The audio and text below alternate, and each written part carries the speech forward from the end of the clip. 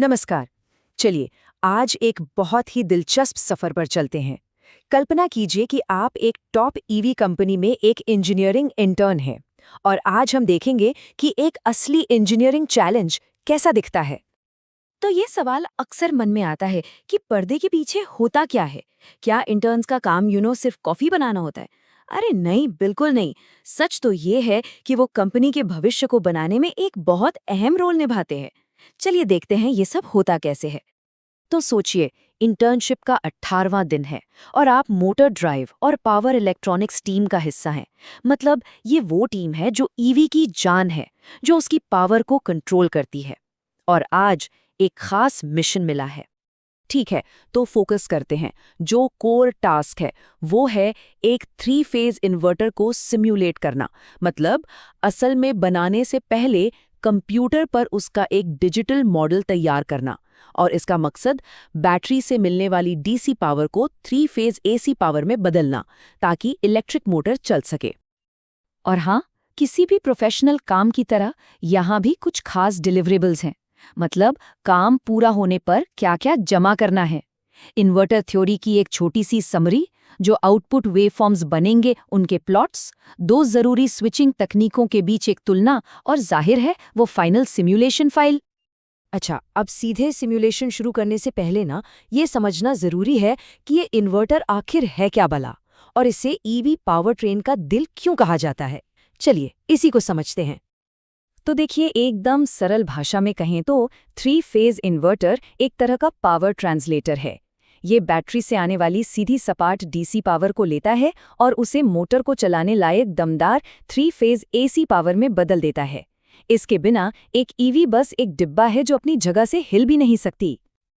अब ये काम कैसे करता है, ये बड़ा मजेदार है। इसके अंदर 6 इलेक्ट्रॉनिक स्विच लगे होते हैं। एक कंट्रोलर इन स्विचों को बहुत ही ज्यादा तेजी से ऑन ऑफ करता है। और ये जो तेज स्विचिंग होती है वो बैटरी की डीसी पावर को छोटे छोटे टुकड़ों में काटकर एक स्मूथ एसी वेव में बदल देती है। कमाल है ना? ठीक है, तो अब हम ये तो जान गए कि इन्वर्टर क्या है। तो अगला कदम क्या? अब आता है एक बहुत जरूरी फैसला। इन स्विच को कंट्रोल कैसे किया जाए। और यहीं पर एक इंजीनियर का असली दिमाग लगता है, क्योंकि हर तरीके के अपने फायदे और अपने नुकसान हैं। अब देखिए, 6 स्टेप सबसे बेसिक तरीका है, लेकिन इसमें टॉर्क रिपल ज्यादा होता है। मतलब मोटर की पावर डिलीवरी में हल्के हल्के झटके महसूस होते हैं। फिर आता है SPWM। ये काफी स्मूथ है, एक अच्छा ऑप्शन है। लेकिन असली गेम चेंजर है SVPWM। ये चीज ही अलग है।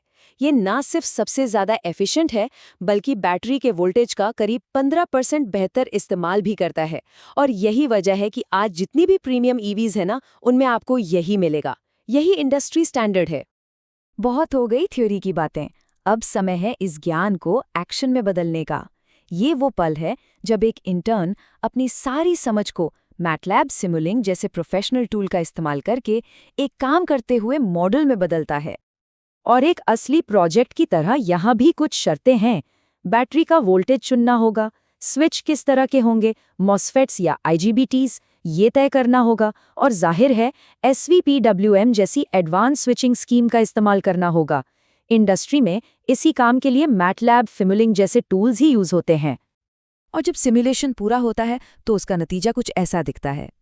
ये जो खूबसूरत स्मूथ वेव्स दिख रही हैं यही वो 3 फेज एसी वोल्टेज हैं जो एक डीसी सोर्स से बनाए गए हैं। ये सिर्फ ग्राफ पर लकीरें नहीं हैं, ये उस पावर का जीता जागता सबूत है जो ईवी के पहियों को घुमाएगी। तो सवाल ये है कि एक इंटर्न का किया हुआ ये सिमुलेशन इतना ज़रूरी क्यों है? क्या ये सिर्फ एक सीखने की एक्सरसाइज है? जी नहीं, बिल्कुल नहीं। इसका सीधा असर इस बात पर पड़ता है कि गाड़ी असल दुनिया की सड़कों पर कैसा परफॉर्म करेगी। इस नंबर पर जरा गौर कीजिए, 3 से 8%। एक अच्छी क्वालिटी का SVPWM पर चलने वाला इन्वर्टर गाड़ी की रेंज को इतना बढ़ा सकता है। सुनने में शायद कम लगे, लेकिन इसका मतलब है एक ही चार्ज में कई किलोमीटर ज्यादा चलना। और कस्टमर्स के लिए ये बहुत बड़ी बात है। और मामला सिर्फ रेंज का नहीं है। एक अच्छा इन्वर्टर ये भी तय करता है कि मोटर कितनी स्मूथ और शांत चलेगी। ये तेज एक्सेलरेशन में मदद करता है और जब ब्रेक लगाते हैं तो बैटरी को ज्यादा कुशलता से रिचार्ज भी करता है। मतलब इस एक कंपोनेंट का असर पूरे ड्राइविंग एक्सपीरियंस पर पड़ता है। तो दिन के आखिर में इस इंटर्न ने क्या हासिल किया? सिर्फ एक टास्क पूरा नहीं किया, बल्कि वो कीमती स्किल्स और नॉलेज हासिल की जो उनके करियर को एक नई उड़ान देंगी। और ये जो अचीवमेंट बैज है, ये उसी कामयाबी का प्रतीक है। अब वो इंटर्न इन्वर्टर की फंक्शनिंग को समझ चुका है, सिमुलेशन पूरा कर चुका है और ज़रूरी इंजीनियरिंग ट्रेड ऑफ्स के बारे में सीख चुका है। और ये हैं वो स्किल्स जो अब उनके रेज्यूमे की शान बढ़ाएंगे। ये सिर्फ कुछ फैंसी हैशटैग नहीं है, बल्कि पावर इलेक्ट्रॉनिक्स और ईवी ड्राइव सिस्टम्स की दुनिया में वो ठोस काबिलियत हैं जिनकी आज इंडस्ट्री में बहुत ज़्यादा डिमांड है। और आखिर में ये सवाल हमें सोचने पर मजबूर करता है। देखिए, एक इंजीनियर का सीखना कभी खत्म नहीं होता। ये सिमुलेशन तो सफर का बस एक पड़ाव था। अगली चुनौती क्या होगी? शायद असली हार्डवेयर पर काम करना या फिर मोटर कंट्रोल के लिए कोड लिखना। कौन जाने, संभावनाएं अनंत है।